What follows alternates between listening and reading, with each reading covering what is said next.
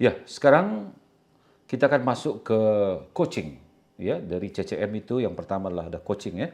Apa itu coaching? Coaching adalah komunikasi dua arah di mana atasan mengajukan serangkaian pertanyaan dengan tujuan membantu timnya atau bawahan menemukan cara meningkatkan, menyelesaikan masalah atau meningkatkan efektivitas diri dan di dalam bekerja di dalam perusahaan. Itu yang disebut sebagai coaching. Manfaatnya apa? Kalau kita lihat di grafik ini, kalau di slide, kalau tanpa coaching, maka suatu kinerja ketika dia katakan sudah ada training, ya, maka dia akan naik, ya. Kalau tidak ada coaching, ada kemungkinan dia akan turun, ya. Sesudah ada training, katakan ya.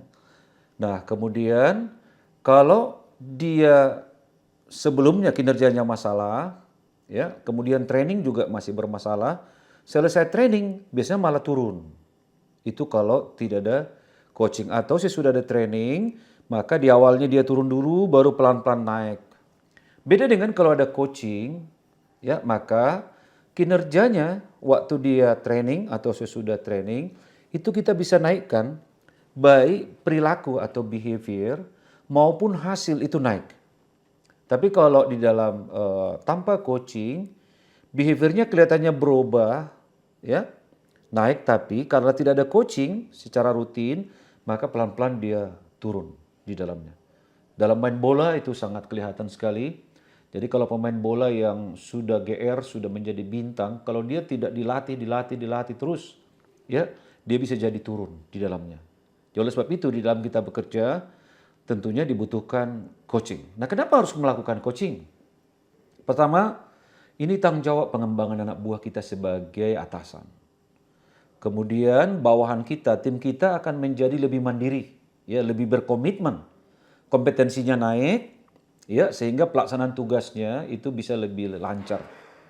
Dan ini juga bagian dari peran kita sebagai people developer, orang yang mengembangkan anak buah.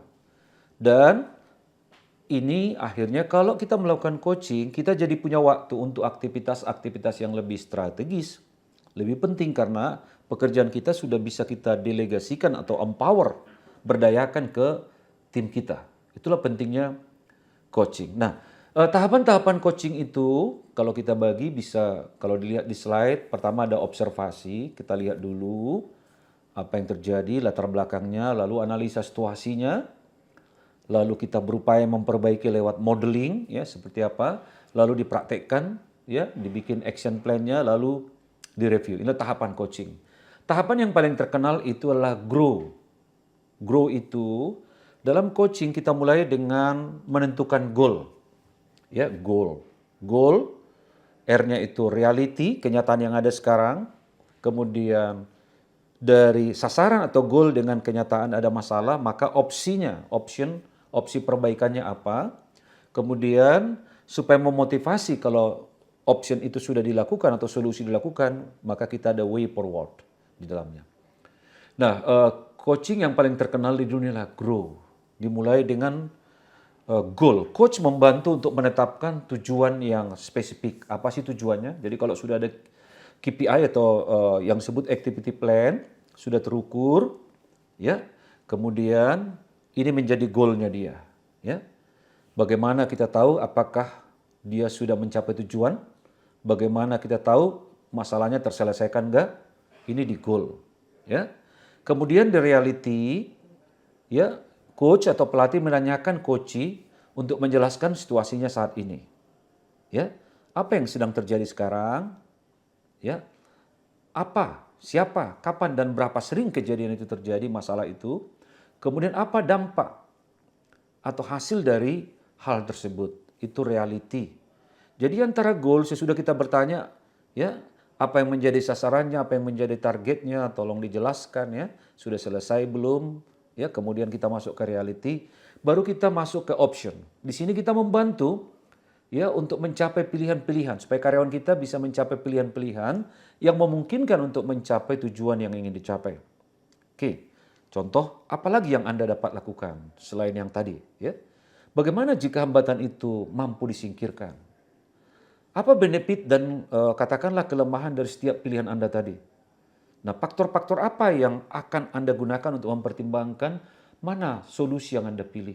Itu di option. Jadi kalau optionnya ada beberapa, dia pilih 1, 2, 3 atau beberapa untuk dilakukan.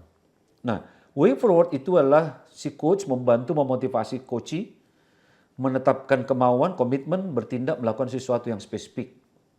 Oke, contohnya. Lalu apa yang akan Anda lakukan sekarang dan kapan Anda mulai?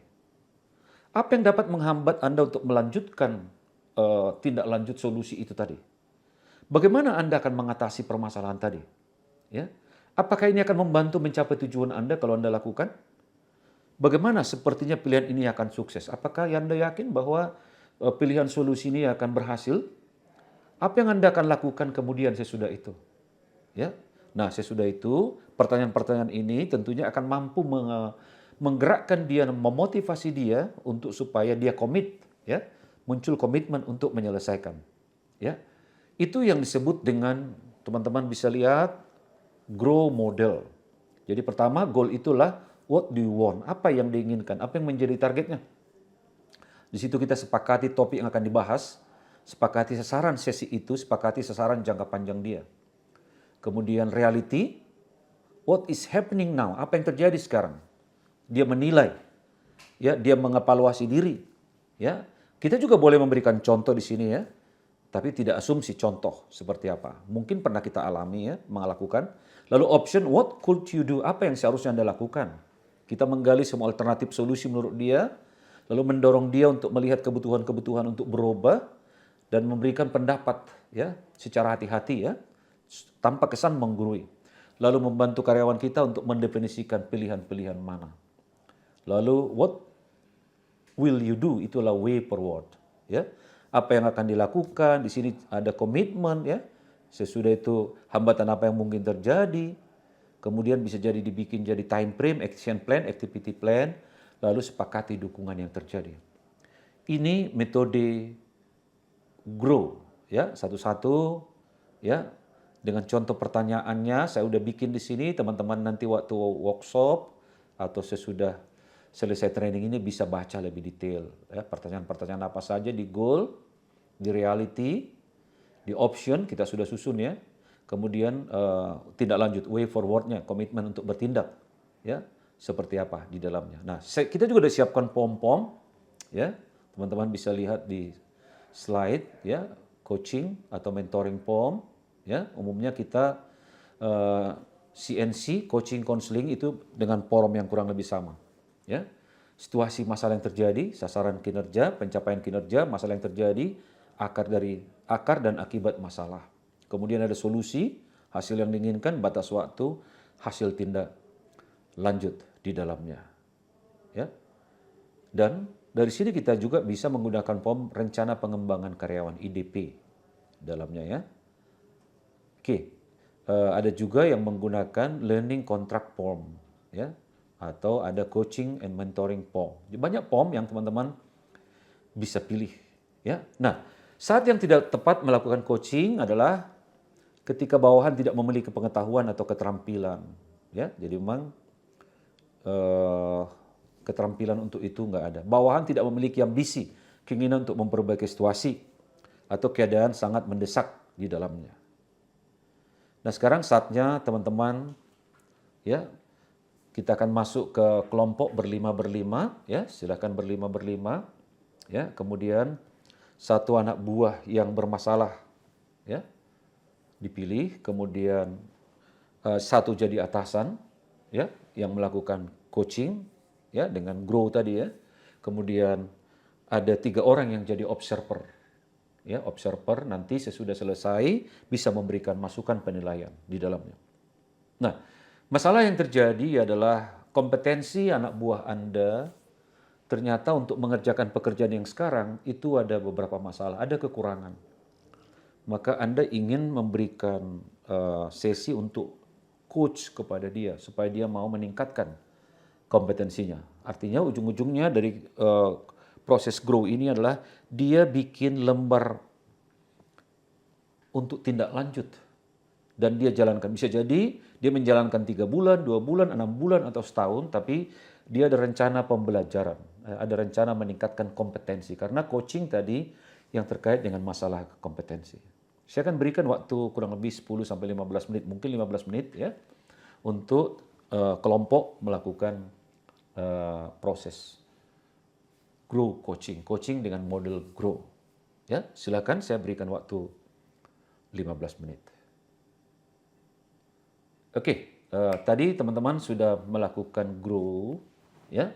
Silakan saya minta pendapat, ya. Kira-kira apa kesulitan yang dihadapi ketika melakukan coaching tadi dengan konsep grow, ya, grow, sehingga tim kita, anak buah kita berkomitmen untuk menuliskan apa solusi yang akan dilakukan, ya. Oke, kalau sudah, sekarang ini silahkan teman-teman melakukan di lapangan, melatih diri untuk melakukan coaching. Ya. Setidaknya kita menjadi coach, lalu anak buah kita jadi coachee yang kita latih menaikkan kompetensinya, ya, untuk lebih tinggi di kompetensi-kompetensi tertentu.